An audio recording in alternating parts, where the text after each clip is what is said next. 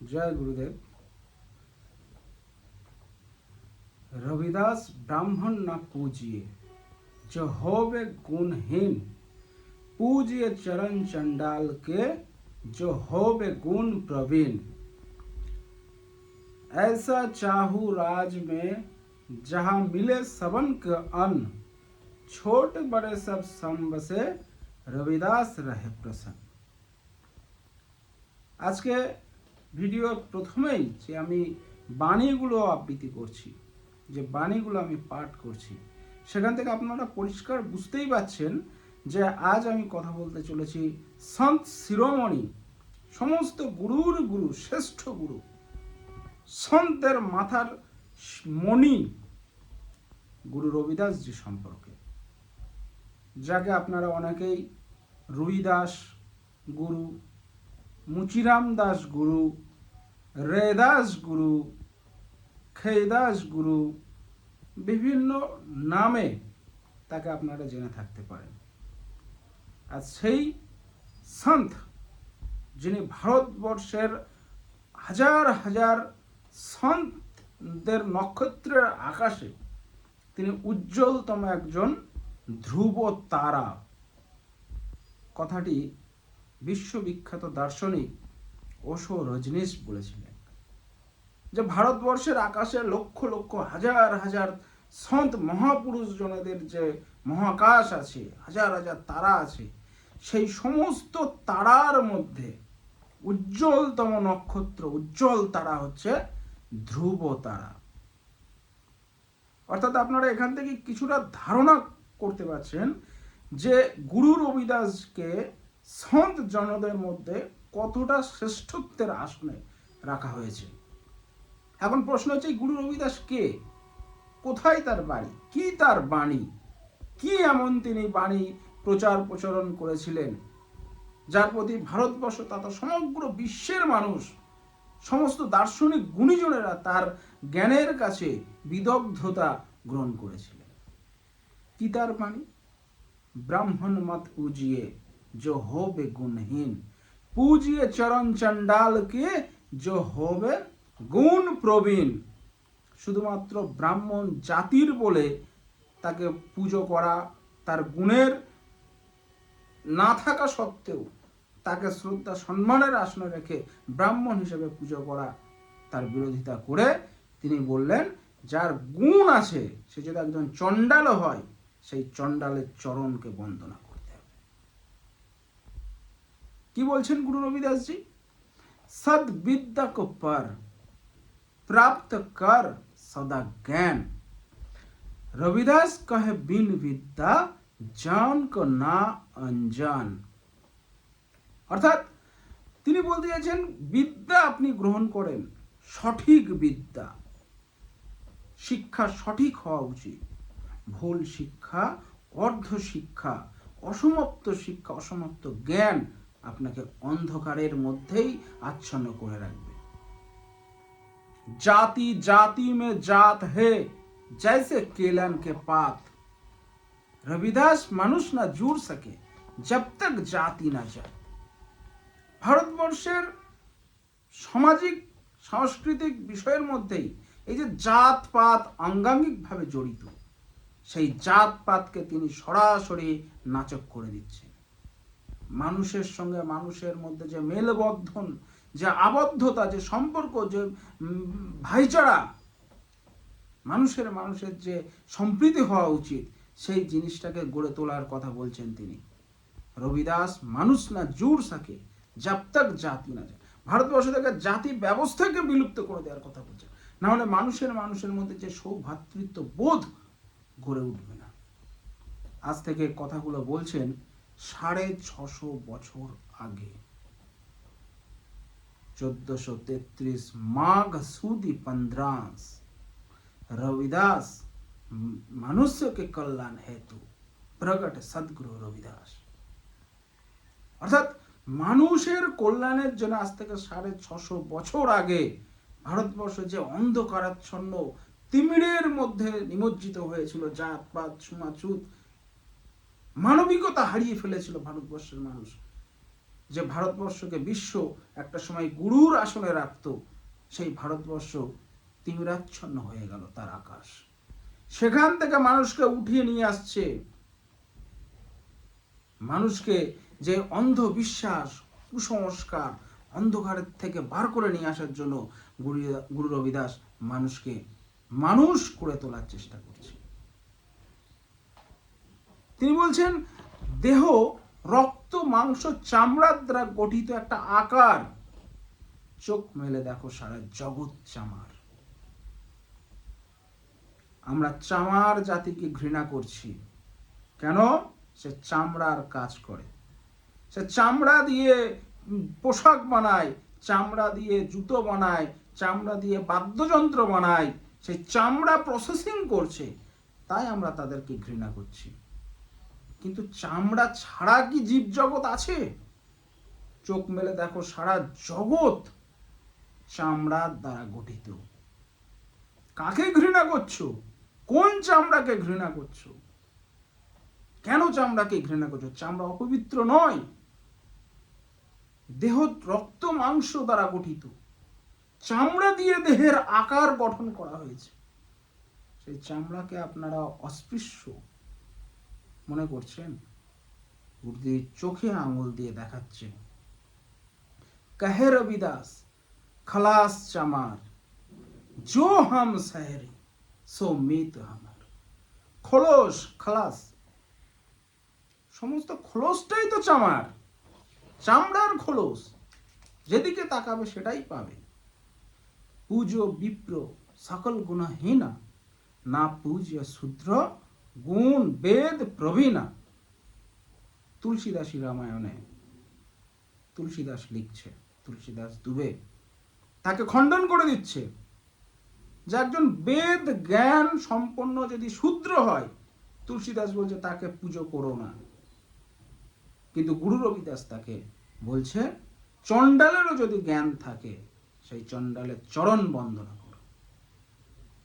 ऐसा चाहू राज में जहां मिले सबन कौन, छोट बड़े सब सम बसे, রবিদাস রাহে প্রসাদ। এমন রাজত্ব তৈরি করতে বলছে রাজাকে, যে রাজা সমস্ত মানুষকে সমান চোখে দেখবে, কারোর অন্যের অভাব যাতে না হয়। কেউ বেশি পাবে, বেশি খাবে, বেশি নষ্ট করবে, আর কেউ খেতে পারবে না, সে রাজত্ব তিনি চাইছেন না, রাজাকে পরামর্শ দিচ্ছে। গুরু রবিদাসের এই সমতামূলক বাণী, সঠিক দিশা নির্দেশনার যে দৃশ্য তিনি তার বাণীর মাধ্যমে দেখাচ্ছেন, তাতে আকৃষ্ট হয়ে 52 জন রাজা রানী গুরু রবিদাসের কাছে শিষ্যত্ব গ্রহণ করলেন। গুরু রবিদাসের পথ নির্দেশনা অনুসারে তারা রাজত্ব পরিচালনা করার চেষ্টা করলেন। রাজস্থানের রানী, চিতোরের রানী, রানা সাঙ্গা, রানা ভানুমতি, ঝালিবাই, বড় বড় রাজা মহারাজা, রাজপুত রানীরা, তারা গুরুদেবের কাছে সে শিষ্যত্ব গ্রহণ করছে। মীরাবাইয়ের নাম আমরা সবাই শুনেছি, মীরাবাইয়ের বাণী, গুরু মিলিয়া রবিদাস জি। তিনি গুরু খুঁজতে খুঁজতে খুঁজতে খুঁজতে ক্লান্ত হয়ে গেছেন। শেষে গিয়ে গুরু রবিদাসের সংস্পর্শে আসার পরে তার বাণীতে বলছেন গুরু মিলিয়া রায়দাস জি। তার গুরু রবিদাসকে তিনি খুঁজে পেয়েছেন। চিতোরে তাকে আমন্ত্রণ করে নিয়ে গেলেন। তার নির্দেশনা অনুযায়ী তিনি রাজপাট চালানোর পরিকল্পনা করলেন। কোথায় আছো? এক চামারের ঘরে জন্ম, সন্ত শিরোমণি রবিদাস জুতোর কাজ করছে, মানুষকে সঠিক জ্ঞান দিচ্ছে, সৎ বিদ্যাকে জানতে বলছে। সেই গুরু রবিদাস সম্পর্কে বিভিন্ন মানুষ বিভিন্ন সময় বিভিন্ন মন গড়ন কাহিনী গড়ে তুলছে। তার একটা কাহিনী, তিনি যেখানে জাতপাত সমস্ত কিছু খণ্ডন করছে, তার বিরুদ্ধে চলে যাচ্ছে একটা কাহিনী। আপনারা দেখলে অবাক হয়ে যায়। তার যে বেগমপুরা শহর নির্মাণের পরিকল্পনা, যে শহরে কোনো গম থাকবে না, কোনো দুঃখ থাকবে না, মানুষ সবাই সুখী, সবাই আনন্দ, কোনো ট্যাক্স সেখানে মানুষকে দিতে হবে না রাজাকে। সেই রাজ্য, সেই রাষ্ট্র নির্মাণের পরিকল্পনা, মানুষ সর্বাঙ্গীন সুন্দরভাবে জীবনযাপন করবে, রাষ্ট্র কাঠামোকে তিনি নির্দেশনা করে দিয়েছে তার এর মাধ্যমে। মানুষকে মানুষ হিসেবে বাঁচার জন্য তিনি নির্দেশনা দিচ্ছে। এক মাটি কে সব ভাঁড় एक सीजन हरा, रविदास व्यापे एक घाट के भीतर एक घाटी कुम्हारा। राधे कृष्ण करीम हरि राम रहीम खुदाय, रविदास मेरे मन बसियो जाके खोज लो बन भाई।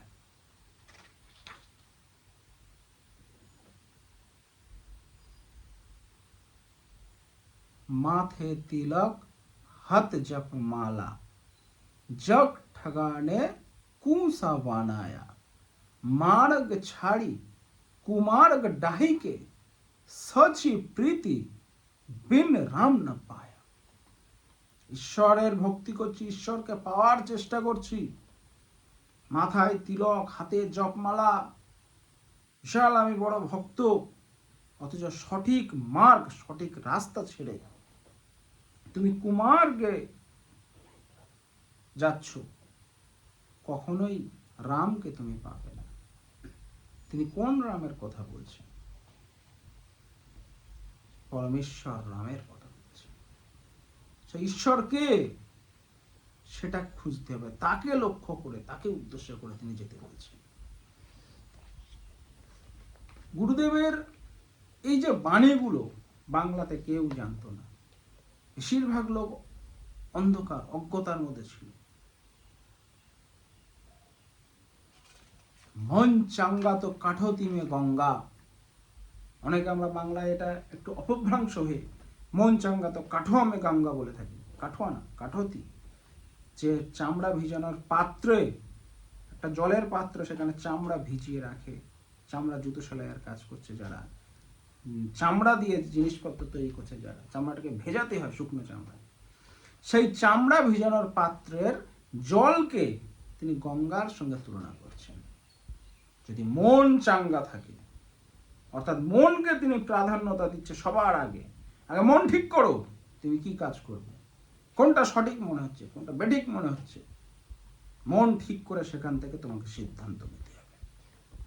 মন দুর্বল করে লোকে ভয় দেখিয়ে দিল, তুমি ভয় খেয়ে গেলে, সেইভাবে কখনোই তুমি সঠিক মার্গে যেতে পারবে।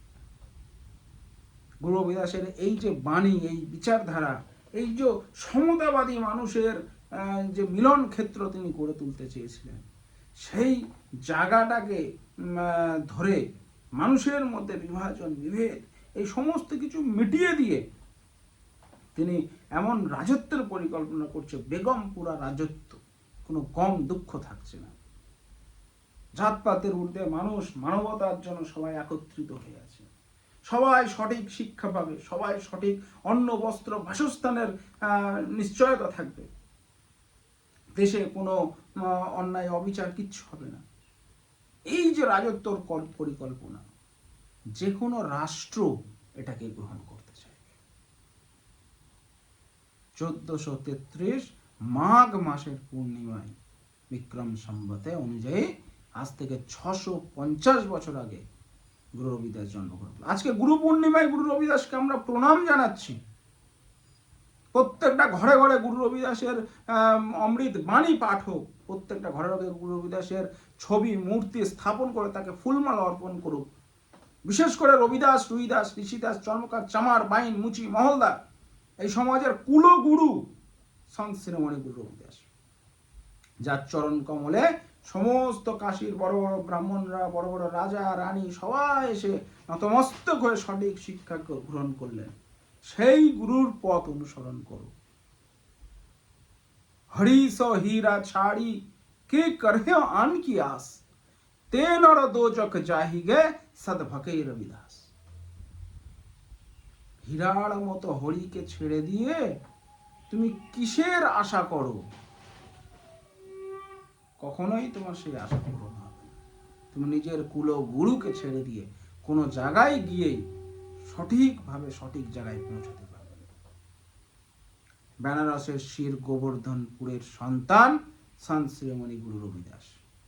তার পিতা সন্তোষ দাস, তার মাতা লোনা দেবীজি, এবং তার একমাত্র পুত্র সন্তান। তার মাতা কলসী দেবীজি, তার স্ত্রী লোনা দেবীজি, এবং তার একমাত্র পুত্র সন্তান বিজয় দাস।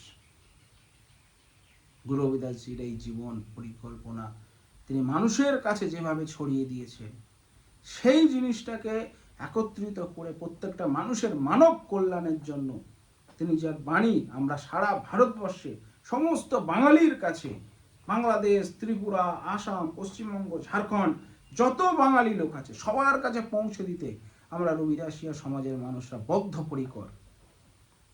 ইতিমধ্যে আমরা গুরু রবিদাসজির বাণী সমন্বিত গুরু রবিদাসজির ছোট জীবন পরিচয় একটি পাতলা চটি বই আমরা তৈরি করেছি। গুরুজির সকল বাণীগুলো লিপিবদ্ধ করা, বাংলায় অনুবাদ করা, ব্যাখ্যা করা। গুরু রবিদাসজির জীবন বিচারধারা নিয়ে আমরা একটা বিস্তারিত বই করেছি।